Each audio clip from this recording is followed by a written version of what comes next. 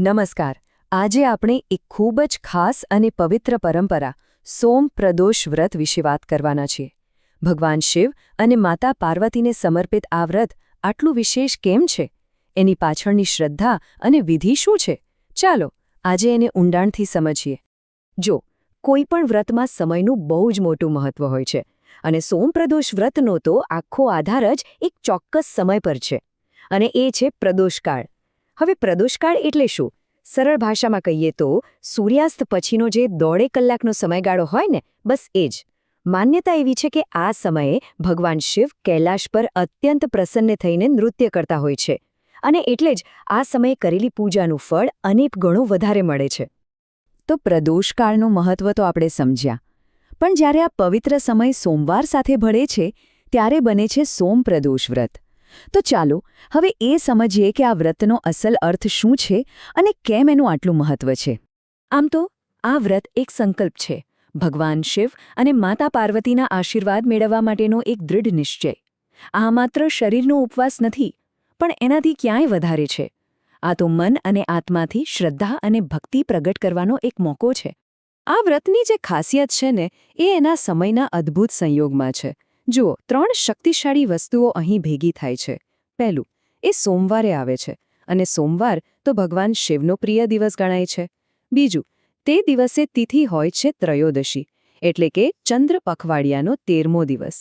અને ત્રીજું, આ બધું જ બને છે પ્રદોષકાળ દરમિયાન, જે શિવજીની પૂજા માટેનો સૌથી શુભ સમય છે. તો જ્યારે આ ત્રણેયનો યોગ બને ત્યારે એક અત્યંત શક્તિશાળી મુહૂર્ત તૈયાર થાય છે. સારું, તો આપણે એ તો જાણી લીધું કે આ વ્રત શું છે અને એનો સમય કેટલો મહત્વનો છે. પણ હવે સવાલ એ થાય કે આ વ્રત કરાય કેવી રીતે? એની વિધિ શું છે? ચાલો હવે એના દરેક પગલાંને બરાબર સમજીએ. આ વ્રતની વિધિ ખૂબ જ શ્રદ્ધાથી તબક્કાવાર કરવામાં આવે છે. દિવસની શરૂઆત થાય છે બ્રહ્મ મુહૂર્તમાં સ્નાન કરીને અને સ્વચ્છ વસ્ત્રો પહેરીને. ત્યાર પછી હાથમાં જળ લઈને વ્રતનો સંકલ્પ લેવાય છે. દિવસભર પોતાની શક્તિ પ્રમાણે ઉપવાસ રખાય છે, કાં તો નિર્જળ એટલે કે પાણી વગર અથવા તો ફળાહાર કરીને. પણ આ વ્રતનો મુખ્ય સમય તો સાંજનો છે, પ્રદોષકાળ. એ સમયે ફરીથી સ્નાન કરીને શિવલિંગ પર અભિષેક કરવામાં આવે છે. પછી ઘીનો દીવો, ધૂપ અને મંત્રોચ્ચાર, આખું વાતાવરણ જ ભક્તિમય બની જાય છે. વ્રતની કથા સાંભળવી એ આ વિધિનો ખૂબ જ મહત્વનો ભાગ છે. અને છેલ્લે આરતી અને પ્રસાદથી ભગવાનનો આભાર માનીને વ્રત પૂર્ણ થાય છે.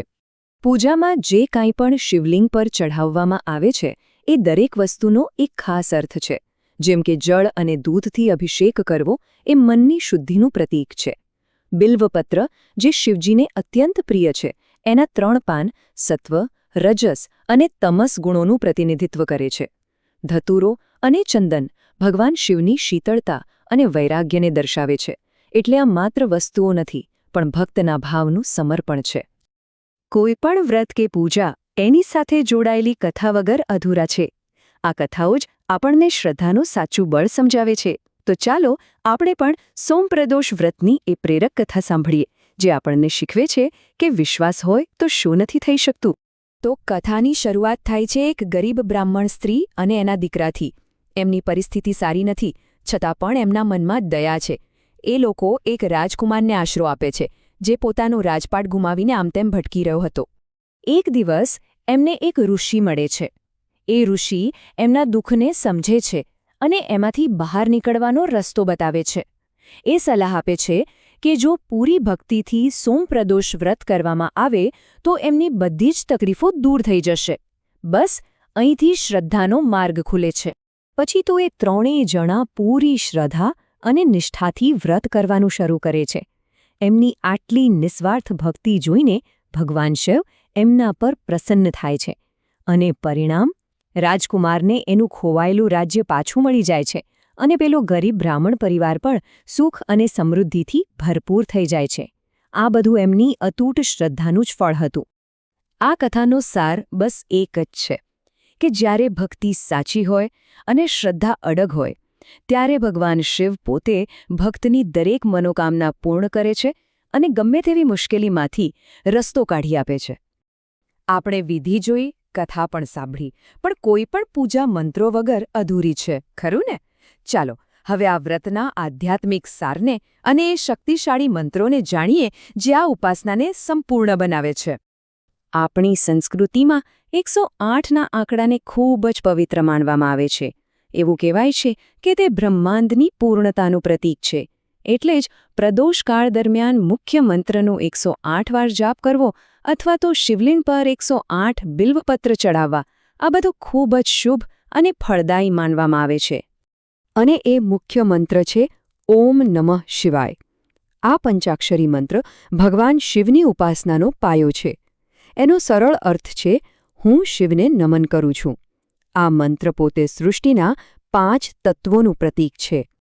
ઓમ નમઃ શિવાયની સાથે સાથે મહામૃત્યુંજય મંત્રનું જાપ પણ આ દિવસે ખૂબ જ ફળદાયી ગણાય છે. આ મંત્રને સારા સ્વાસ્થ્ય અને લાંબા આયુષ્ય માટેની પ્રાર્થના માનવામાં આવે છે. આ બંને મંત્રો ભક્તને આધ્યાત્મિક શક્તિ અને મનની શાંતિ આપે છે. તો સોમપ્રદોષ વ્રતની આખી વાત આપણને શ્રદ્ધાની તાકાત દેખાડે છે. અંતમાં એક વિચાર સાથે છૂટા પડીએ. શું આપણા જીવનમાં પણ એક અતૂટ શ્રદ્ધા અને સકારાત્મક દૃષ્ટિકોણ ગમે તેવી મોટી મુશ્કેલીને પણ વિકાસની એક તકમાં ફેરવી શકે છે? આનો જવાબ કદાચ આપણે સૌએ પોતપોતાની અંદર જ શોધવાનો છે.